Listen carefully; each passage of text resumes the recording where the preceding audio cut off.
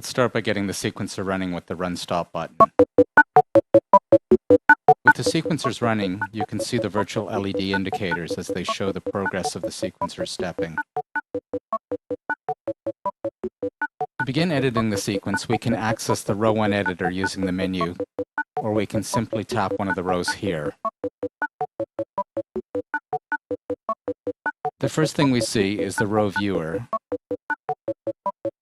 It gives you an overview of all the sliders associated with this row for each of the sequences they are played, either singly or chained together into songs. Well, here I should mention that each of the 4 rows also has 4 sub-rows of sliders that can control the pitch, note duration, gate length, and slew amount. Only the pitch and gate rows are represented by the output jacks. The slew row is an internal function that modifies the pitch row. The switches down the left side are for selecting the other sequencer rows for editing. Okay, let's start editing pitch. To access the pitch editor or any of the other editors, tap in the region indicated by the text. So here we can see the sliders for pitch. Anyone familiar with the software sequencer like Reactor will have seen this type of graphic before. To change the pitch, slide your stylus or fingernail across the bars like so. You can also put one of the sliders into focus and use the encoder to increment or decrement the value. This is the best way to enter micro values when quantization scale is set to off. We currently have 2 sequences chained together. You can see it as they toggle back and forth that the sliders update to show the current values. When drawing on the screen, the display temporarily freezes on the current active sequence being edited, so it doesn't jump to the next sequence while you're drawing. Once you remove the stylus from the screen, it will resume updating. You'll notice that along the bottom of the screen, each of the sliders is also represented with a note letter and number, C, D, E, F, G. The number indicates the octave 0 to 4, and the letter is the pitch. The notes available are dependent upon the quantization scale selected. The current scale selected is major, so there are no sharps or flats showing, only the white keys. If the quantization is set to off, these values are indicated by numbers. Tapping in the pitch box to the left takes us back to the viewer page. Tapping in the top left corner brings up the main menu. You can also jump back to the previous page by clicking on the back button at the top left corner of the screen. Now let's edit the note durations. Here we can change the values of the note durations or note lengths. The sliders are quantized to standard music notation note lengths, eighths, quarters, sixteenths, dotted eighths, etc. You can see the numbers below at the bottom of the screen which indicates individual note durations. If the note length is set to off, the note will be skipped. This may be a good time now to mention the bar length feature. Let's just jump to the menu and to the quantize page. Here you see the loop is set to 4/4. Again, like standard music notation, 4/4 represents 4 beats to the bar and the quarter note gets the beat. We can change this to 7/8, 3/4, 5/8, etc. This setting determines the length of the sequence and at what point the sequence will reset to step 1. With a sequencer that has variable note duration, it is possible when all the note durations are added together to be either greater or lesser the total number of beats needed to fill a 4/4 bar.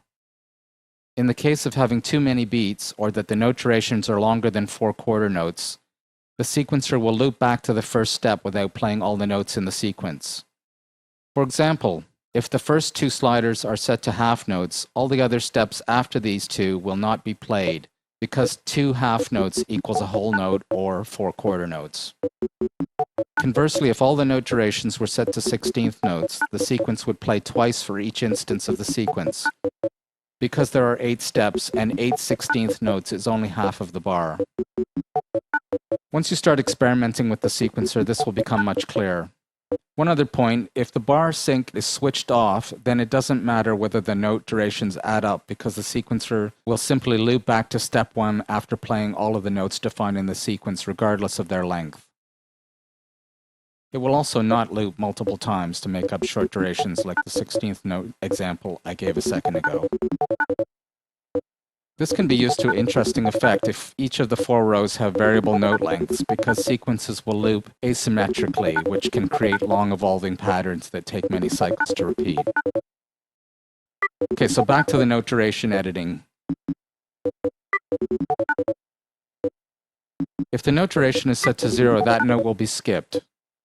This can be good for setting up odd length patterns when bar sync is off. Moving on to the gate duration, you can hear the effects of increasing the gate length as it emphasizes the notes in the pattern. In order to create dynamics in a sequence, you could use one of the other sequence rows to control a VCA to get volume events for each step.